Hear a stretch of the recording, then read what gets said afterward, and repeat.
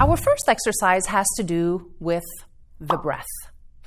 When we are born, the first thing that occurs naturally is that we take a breath. We come into life and we're already practicing working with this extraordinary diaphragm and lungs.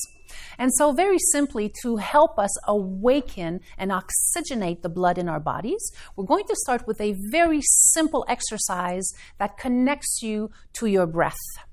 You'll notice that these exercises have different ways of being practiced. I'm going to give you different options so that you might be able to use as many options as you'd like, or very simply do the basic foundational practice.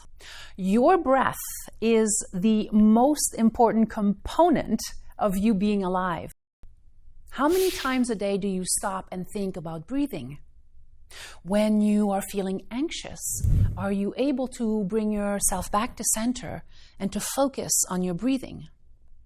If you do so, it will help to regulate your nervous system. Breath is the number one tool to bring yourself back into the present moment. It helps to alleviate any sensations of nervousness, of fear, of anxiety, so that you might bring yourself back to center and act accordingly or speak accordingly from a place of mindfulness.